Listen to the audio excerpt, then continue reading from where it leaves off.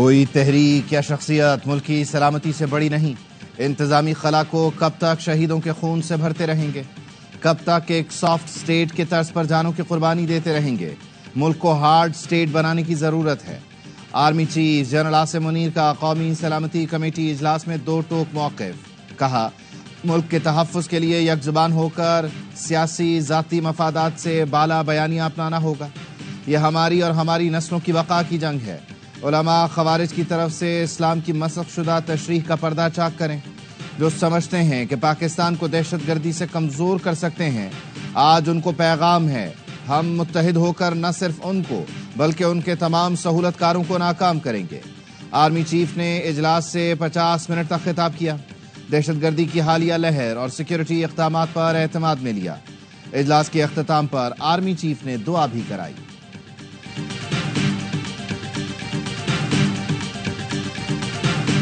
قومی سلامتی کی پارلیمانی کمیٹی کا اجلاس، حالیہ دہشت گردی کی شدید مذمت۔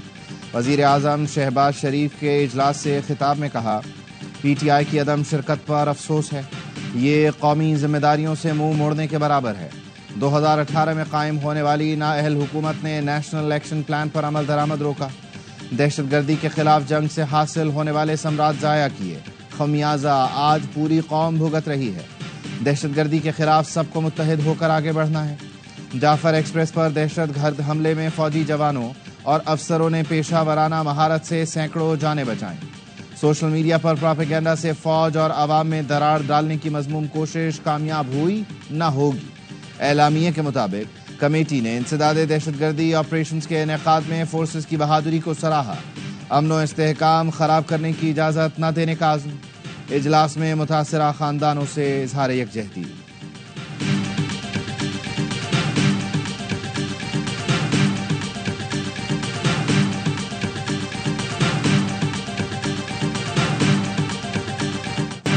ہمیں آپس کی بد اعتمادی ختم کرنا ہوگی۔ فوج نے خیبر پختونخوا میں امن کے لیے بہت کام کیا۔ وزیر اعلیٰ خیبر پختونخوا کا قومی سلامتی کمیٹی کے اجلاس سے خطاب۔ دہشت گردی کے خلاف افواج پاکستان کی قربانیوں کو خراج تحسین پیش کیا۔ کہا، خیبر پختونخوا میں سیکیورٹی مسائل موجود ہیں۔ پولیس اور دیگر سیکیورٹی فورسز کا مورال بڑھا رہے ہیں۔ ضم شدہ اضلاع کو مکمل وسائل فراہم نہیں کیے گئے۔ ہم بارہا وفاق سے یہ معاملہ اٹھا رہے ہیں۔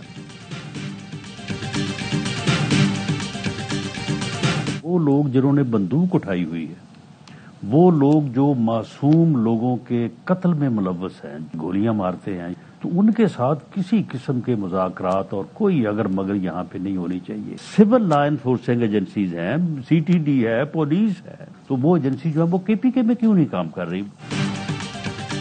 بندوق اٹھانے والوں کے ساتھ کوئی ڈھیل ہوگی نہ مذاکرات۔ بلوچستان کے دوسرے مسائل کو دہشت گردی سے نہیں جوڑا جا سکتا۔ لاپتہ افراد سمیت بلوچستان کے دوسرے مسائل حقیقی ہیں، انہیں حل کرنا چاہیے۔ وزیر اعظم کے مشیر رانا ثناء اللہ کہتے ہیں، گورننس پر آرمی چیف کی بات سول اداروں سے متعلق تھی۔ خیبر پختونخوا اور بلوچستان میں پولیس اور سی ٹی ڈی کیوں کام نہیں کر رہی؟ مہرنگ بلوچ سمیت دیگر لوگوں سے رابطے پر بات ہوئی۔ آج کی میٹنگ کے باقاعدہ نوٹس مرتب ہوئے ہیں۔ سیاسی قیادت کی رائے نوٹ کی گئی۔ پی ٹی آئی والے پارلیمنٹ میں نہیں آتے تو مستعفی ہو جائیں۔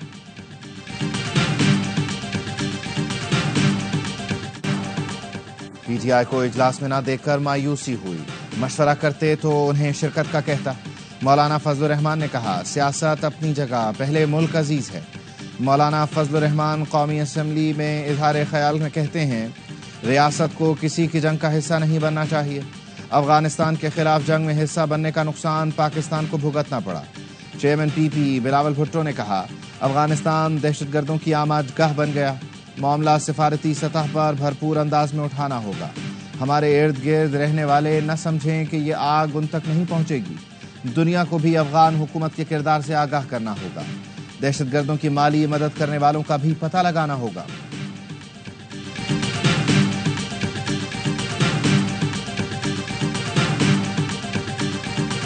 خان صاحب نے آج پاکستان تحریک انصاف کے پولیٹیکل کمیٹی کا ڈیسیجن تھا کہ ہم نیشنل سیکیورٹی کمیٹی کے میٹنگ میں اس وقت تک پیش نہیں ہوں گے جس وقت تک خان صاحب سے ملاقات نہیں کرائی جاتی۔ خان صاحب نے اس کی تائید کی ہے۔ خان صاحب کا باہر ہونا، اس ملاقات میں شرکت کرنا لازم۔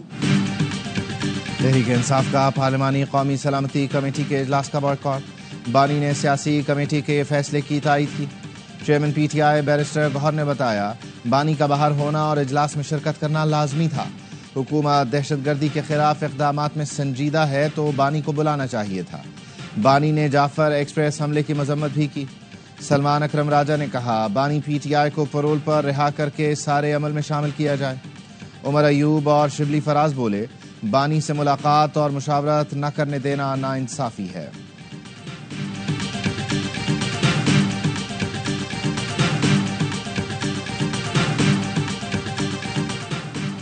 بانی پی ٹی آئی نے وزیر اعظم ہو کر کبھی پارلیمانی سیکیورٹی اجلاس میں شرکت نہیں کی۔ چیئرمین پیپلز پارٹی بلاول بھٹو کا ایکس پر بیان، لکھا سابق وزیر اعظم نے نہ دہشت گردی، نہ کشمیر، نہ بھارتی جارحیت پر اجلاس میں شرکت کی۔ اب وہ پارلیمنٹ کے رکن نہیں ہیں اور یہ پارلیمنٹ کی قومی سلامتی کمیٹی کا اجلاس تھا۔ جنگ کے وقت ملک کو سیاست سے بالاتر رکھنا ہر پاکستانی محب وطن کا فرض ہے۔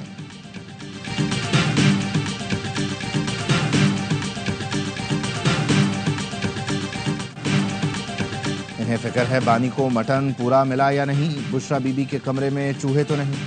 تحریک بائیکاٹ ہمیشہ ملک کے خلاف نظر آئی۔ وزیر اطلاعات پنجاب بزمہ بخاری کی پی ٹی آئی پر کڑی تنقید۔ وزیر دفاع خواجہ آصف نے ٹویٹ کیا پی ٹی آئی نے ثابت کر دیا بانی اول اور آخر ترجیح ہے، وطن کی سلامتی اور امن ان کے لیے اہمیت نہیں رکھتے۔ بانی نہیں تو پاکستان نہیں پی ٹی آئی کا نصب العین ہے۔ ملک دہشت گردی کی آگ میں چل رہا ہے، پی ٹی آئی اپنے مفادات کی سیاست کر رہی ہے، اس سے بڑھ کر وطن دشمنی کیا ہو سکتی ہے؟ شرجیل انعام میمن نے کہا جب تک اڈیالہ میں بیٹھا قیدی اجازت نہیں دے گا جماعت قوم کے ساتھ کھڑی نہیں ہوگی۔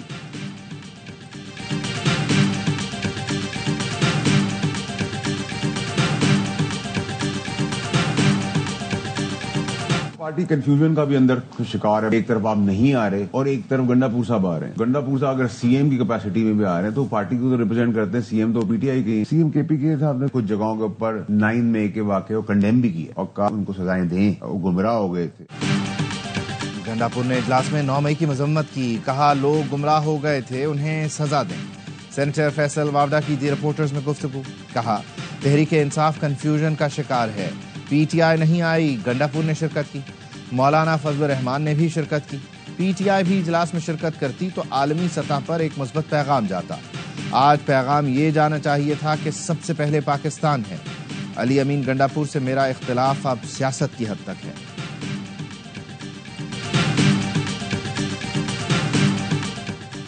صدر مملکت آصف علی زرداری اور چیئرمین پی پی بلاول بھٹو آج کوئٹہ جائیں گے۔ صدر مملکت کوئٹہ میں امن و امان سے متعلق اجلاس کی صدارت کریں گے۔ وزیر اعلیٰ ہاؤس بلوچستان میں امن و امان سے متعلق اجلاس ہوگا۔ چیئرمین پیپلز پارٹی بلاول بھٹو پارٹی عہدیداروں سے ملاقات کریں گے۔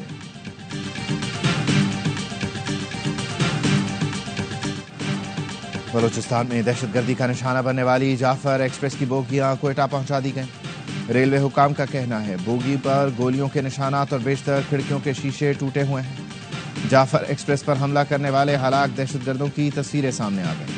33 دہشت گردوں کو سیکیورٹی فورسز کے کلیئرنس آپریشن کے دوران جہنم واصل کیا گیا۔ سیکیورٹی ذرائع کے مطابق دہشت گرد غیر ملکی اسلحے سے لیس تھے۔ دہشت گرد مسافروں کو انسانی ڈھال کے طور پر استعمال کرنا چاہتے تھے۔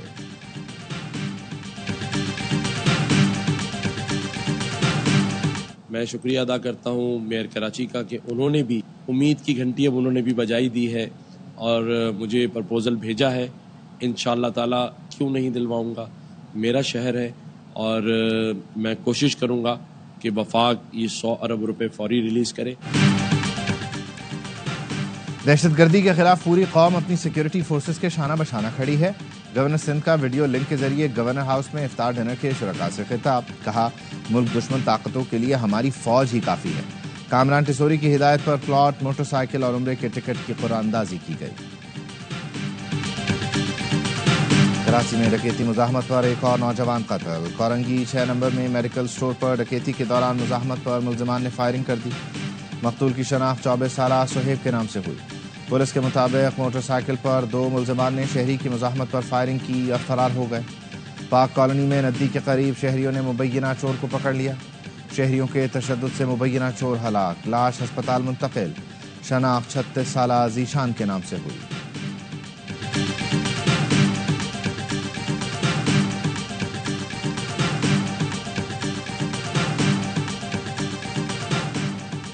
کراچی سپر ہائی وے جمالی گوٹ میں 9 سالہ بچے کا قتل، پوسٹ مارٹم میں بچے کے ساتھ زیادتی کی تصدیق، ڈاکٹرز کے مطابق بچے کی لاش پر تشدد کے بھی نشانات پائے گئے، عثمان کو گلا دبا کر قتل کیا گیا، لاش گزشتہ روز ملی تھی۔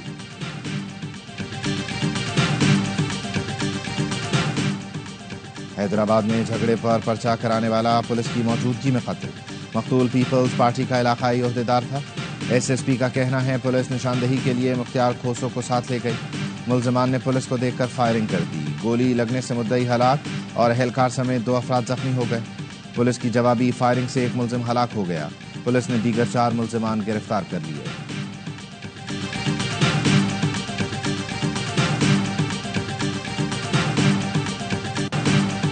وزیر اعظم شہباز شریف آج سے 22 مارچ تک سعودی عرب کا دورہ کریں گے۔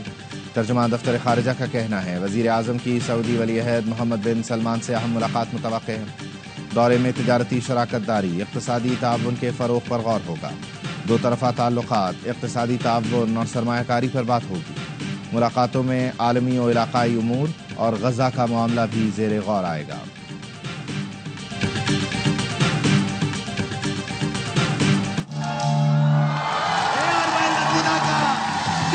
گجرانوالہ کا 85 لاکھ روپے کا فلیٹ، اس رمضان کا پہلا جیتو پاکستان۔ اور پاکستان کا سب سے بڑا گیم شو جیتو پاکستان لایا بڑے بڑے انعامات۔ اس رمضان ایک خوش نصیب خاندان نے پہلی بار جیتا 85 لاکھ کا ARY لگونا DHA گجرانوالہ کا اپارٹمنٹ۔